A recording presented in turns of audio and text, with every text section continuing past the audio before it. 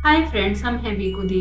बेखुदी आज एक ऐसे विषय को लेकर आपके सामने आई है जिस विषय में सभी के मन में एक जिज्ञासा जरूर होती है, चाहे वो आस्तिक हो या नास्तिक। बहुत तरह के लोग बहुत तरह का सवाल करते हैं। कुछ कहते हैं कि अगर भगवान श्री कृष्ण भगवान थे तो फिर उनकी मृत्यु क्यों हुई, क्योंकि मृत्यु तो मनुष्य की आखिरी सत्यता यानी आखिरी सच्चाई होती है। अब हमारा मन है सवाल तो करता ही है और हमारा मन भी करता है कि इनके जवाब हमें जल्दी से जल्दी मिल जाए जिससे कि हमारी जिज्ञासा शांत हो पाए। तो फ्रेंड्स, आज हम बताएंगे कि इसके पीछे की सच्चाई क्या थी। पहले हम इसके गूढ़ अर्थ को समझाने की कोशिश करेंगे। जो श्री कृष्ण भगवान को अच्छे से समझते और जानते हैं उनके विषय में हम यही कहना चाहेंगे कि शायद वो इस बात को ज्यादा अच्छे से समझ पाएंगे। तो फ्रेंड, जैसा कि आप सब जानते हैं, जब युद्ध समाप्त हुआ तो गंधारी ने भगवान श्री कृष्ण को ये श्राप दिया कि जैसे कि मेरा वंश समाप्त हुआ लड़ झगड़ कर, वैसे ही आपका वंश भी समाप्त हो जाएगा। भगवान ने उस बात को सहजता से स्वीकार किया और उनके जो 560 मिलियन जो यदुवंशी थे उनको उन्होंने पहले ही स्वर्ग में पहुंचा दिया। क्या आप सोच सकते हैं कि 560 यदुवंशी अगर आपस में लड़ते तो कितनी नदियां खून की बहने लगती। लेकिन वहां तो ना ऐसा कुछ हुआ था। वहां तो सरसर नदी बह रही थी, तालाब थे, सुंदर सुंदर फूल खिले थे, हिरण दौड़ रहे थे। वो एक सिंबॉलिक था, एक सांकेतिक था जिसको भगवान ने सहजता से स्वीकार करके सिर्फ एक संकेत के रूप में उन सबको पहले ही स्वर्ग में पहुंचा दिया था। फिर आती है उनकी बारी, जब ये कहा जाता है कि जो जरा नामक व्याघ्र था जो तीर चलाने वाला था, वो एक महारत हासिल थी कि वो रात को भी किसी भी पक्षी को या जानवर को मार देता था। जब उन्होंने देखा कि भगवान जब नदी के किनारे बैठे हैं और उनके पैर में जो जन्म से ही एक मणि थी जो वो चमक रही थी, जिसको जरा ने एक पक्षी का आंख समझ ली और उनको तीर चला दिया।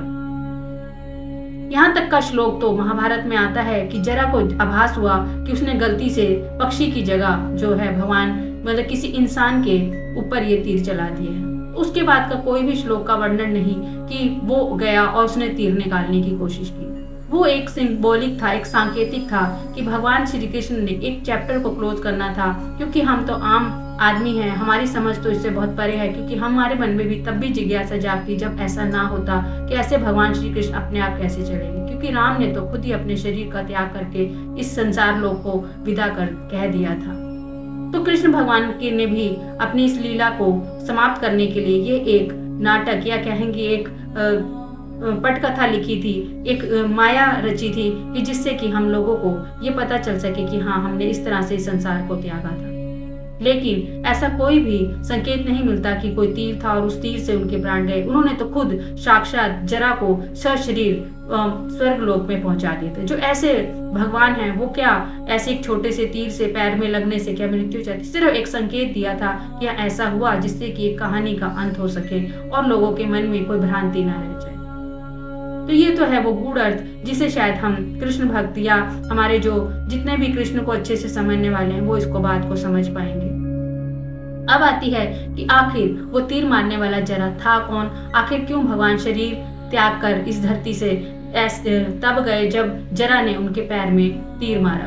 तो मैं आपको बताना चाहूंगी, इससे हमको पिछले जो अवतार हैं श्री राम, उनके अवतार की तरफ जाना होगा। जब उन्होंने अपने पत्नी का जब वो ढूंढ रहे थे लक्ष्मण के साथ, जब उनका हरण हो गया था, रावण ने जब सीता का हरण कर लिया था, तब वो ढूंढते ढूंढते उनको सुग्रीव से मिलन हुआ।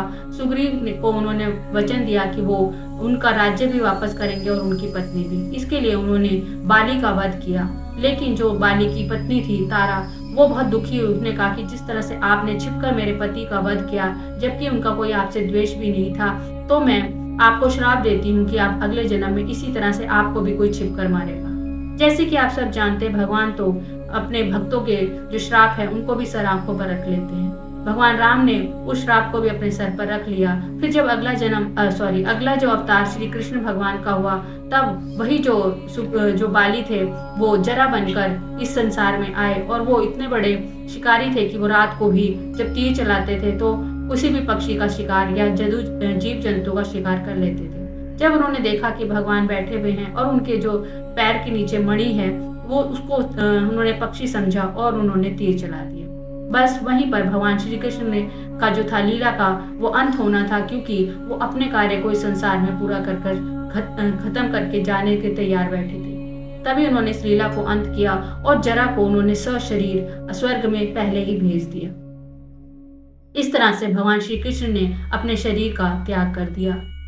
तो फ्रेंड्स, आप जैसे जानते हैं, ये हमारे मन में जो प्रश्न उठते हैं उसके पीछे की गहराई बहुत ही गहरी होती है, क्योंकि वो तो भगवान थे। उनके पीछे तो ना जाने कितनी अनंत और कितनी अपार शक्तियां थी, वो क्या नहीं कर सकते थे।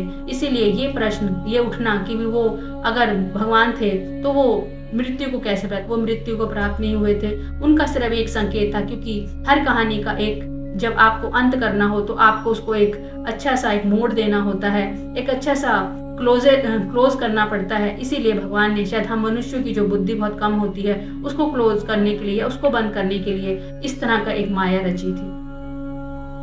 वो पूर्ण अवतार थे, इसमें कतई मात्र भी, लेश मात्र भी संदेह नहीं है। उनकी जितनी भी लीलाएं हैं वो आप सब समझ चुके होंगे कि एक आम इंसान तो कभी भी नहीं कर सकता है। तो फ्रेंड, आशा करती हूँ आपको मेरे इस सवाल का, या इस जो भी जिनके मन में भी जिज्ञासा उठती है कि भगवान अगर श्री कृष्ण भगवान थे तो फिर उन्होंने शरीर की छोड़ा, इस वाली कहानी के द्वारा शायद अच्छे से समझ पाएंगे। तो आशा करती हूँ आपको हमारा ये वीडियो पसंद आएगा।